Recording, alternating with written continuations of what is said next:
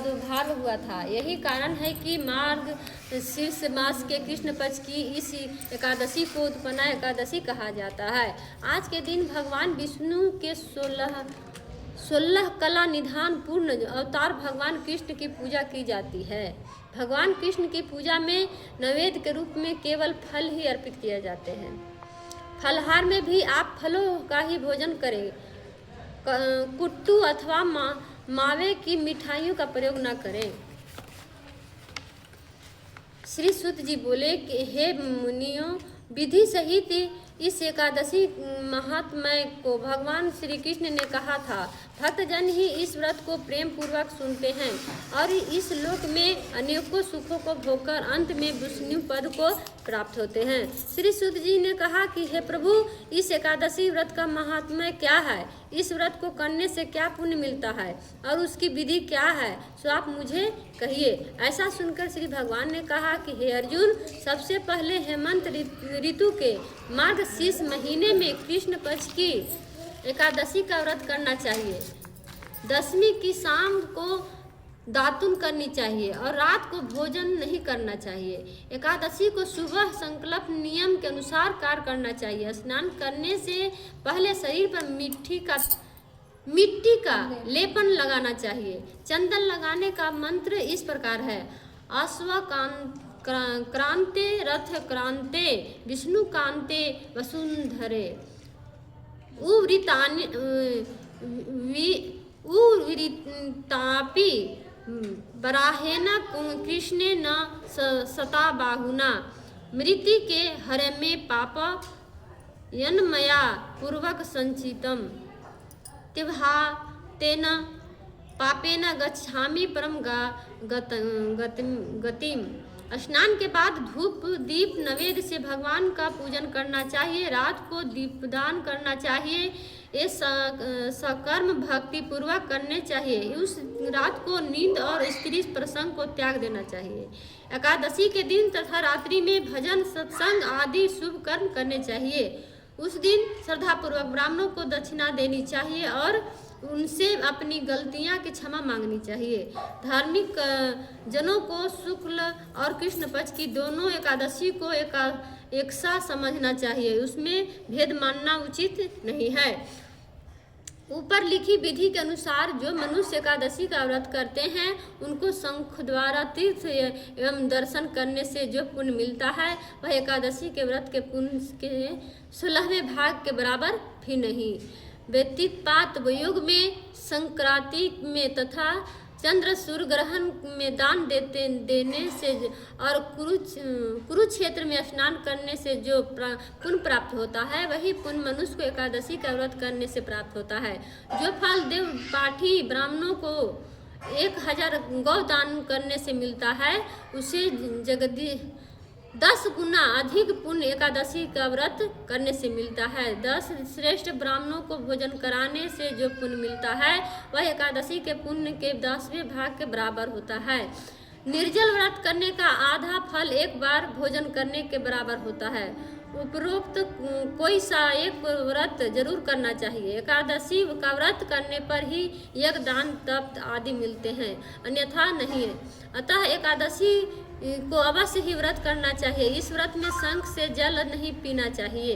मछली सुअर तथा अन्य एकादशी के व्रत में वर्जित है। एकादशी व्रत का फल 1000 यज्ञों से भी अधिक है। ऐसा सुनकर अर्जुन ने कहा, हे भगवान, आपने इस एकादशी के पुण्य को अनेक तीर्थों से श्रेष्ठ तथा पवित्र क्यों बतलाया है, सो आप विस्तार पूर्वक कहिए। भगवान बोले कि हे अर्जुन, सतयुग में एक महाभयंकर दैत्य हुआ था। उसका नाम मूर था।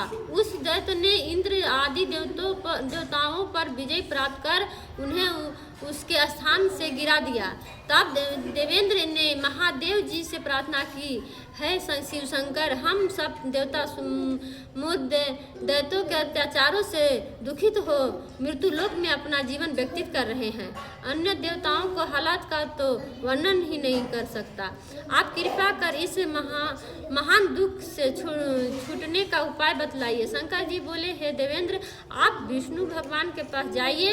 इंद्र तथा अन्य देवता महादेव देवी जी के के वचनों को सुनकर क्षीर सागर गए, जहाँ पर भगवान विष्णु शेष शैया पर शयन कर रहे थे। भगवान को शयन करते देखकर देवताओं सहित इंद्र ने स्तुति की, हे देवताओं के देव, आप स्तुति करने योग्य हैं, आपको बारंबार प्रणाम है। हे दैत्यों के संहारक, हे मधुसूदन, आप हमारी रक्षा करें। हे जगन्नाथ, समस्त देवताओं से भयभीत होकर हम आपकी शरण में आए हैं। इस समय दैत्यों ने हमें स्वर्ग से निकाल दिया है और हम सब देवताओं पृथ्वी पर विचरण कर रहे हैं। अब आप ही हमारी रक्षा कीजिए। देवताओं के द्वारा करुणापूर्ण वाणी को सुनकर श्री विष्णु भगवान बोले, हे देवताओं, वह कौन सा दैत्य है जिसने देवताओं को जीत लिया है? भगवान के उस अमृत रूपी वचनों को सुनकर इंद्र बोला, हे भगवान, प्राचीन समय में नाड़ी जंग नाम का एक दैत्य था। उस दैत्य के ब्राह्मण में वंश उत्पत्ति हुई थी। उसी दैत्य के लड़के का नाम मूर है।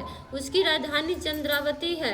उस चंद्रावती नगरी में वह मूर नामक दैत्य निवास करता है, जिससे अपने बल से समस्त विश्व को जीत लिया है और सब देवताओं को देवलोक से निकालकर इंद्र, अग्नि, यम, वरुण, चंद्रमा, सूर्य आदि लोकपाल बनाए हैं। वह स्वर्ग सूर्य बनकर पृथ्वी को तापता है और स्वयं मेघ बनकर जल की वर्षा करता है। अतः आप उस बलशाली भयानक दैत्य को मारकर देवताओं की रक्षा करें। इंद्र के ऐसे वचन सुनकर श्री विष्णु भगवान बोले, देवताओं, मैं तुम्हारे शत्रुओं का शीघ्र ही संहार करूंगा। अब आप उस चंद्रावती नगरी को जाइए। इस प्रकार भगवान विष्णु देवताओं के साथ चले दिए। उस समय दैत्यपति मूर अनेकों दैत्यों के साथ युद्ध भूमि में गरज रहा था।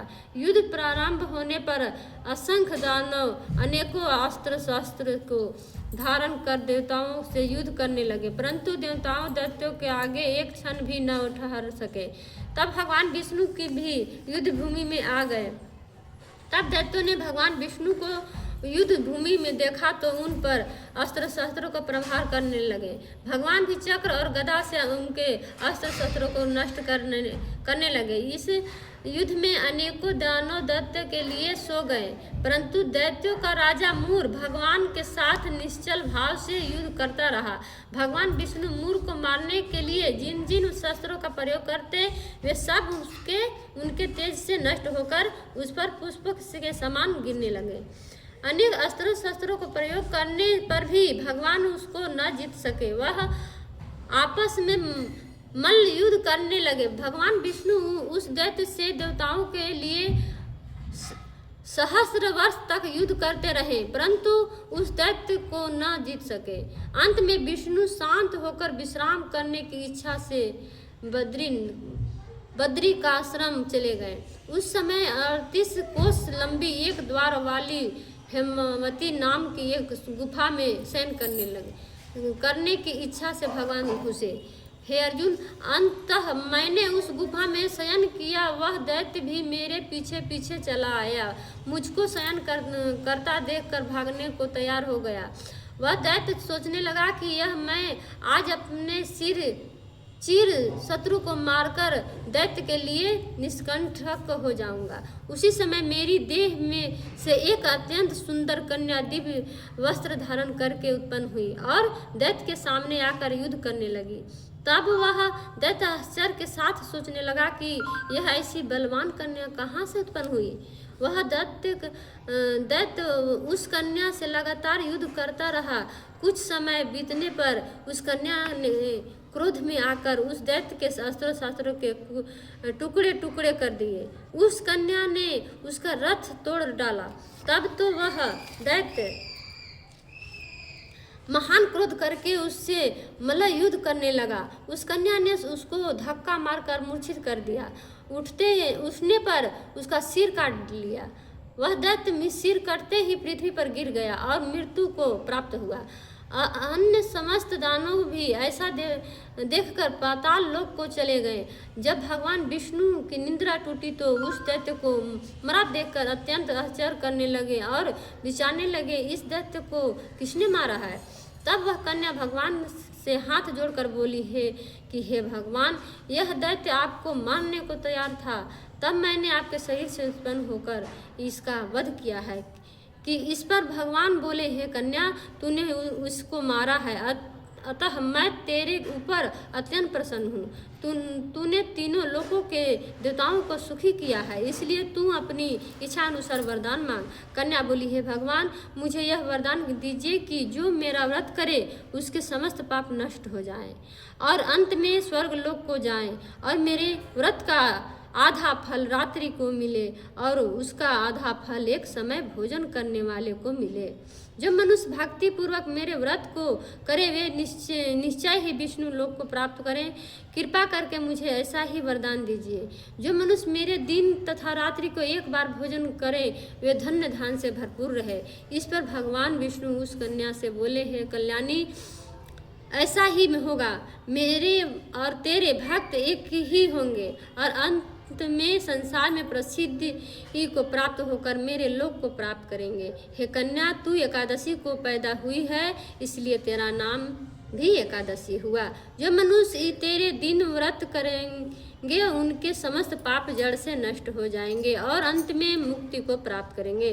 तू मेरे लिए अब तीज 8, 9 और 14 से भी अधिक प्रिय है। तेरा व्रत का फल सब तीर्थों के फल से भी महान होगा। यह मेरा कथन सत्य है। ऐसा कहकर भगवान उसी स्थान पर अंतर्ध्यान हो गए। एकादशी भी भगवान के उत्तम वचनों को सुनकर प्रसन्न हुई। भगवान बोले, हे अर्जुन, सब तीर्थों दोनों व्रतों के फल से एकादशी का व्रत फल सर्वश्रेष्ठ है। मैं एकादशी व्रत करने वाले मनुष्यों के शत्रुओं को नष्ट कर देता हूँ और उन्हें मोक्ष देता हूँ। उन मनुष्यों के विघ्न को मैं स्वयं ही नष्ट कर देता हूँ। हे अर्जुन, यह मैंने तुमसे एकादशी की उत्पत्ति के बारे में बतलाया। एकादशी व्रत का समस्त पापों का नष्ट करने वाला और सिद्धि को देने वाला है। उत्तम मनुष्यों को दोनों पक्षों की एकादशी को समान समझना चाहिए। उनसे भेदभाव मानना उचित नहीं है। जो मनुष्य एकादशी महात्म्य को स्मरण व पठन करते हैं उनको अश्वमेध यज्ञ का फल मिलता है। हरे रामा हरे रामा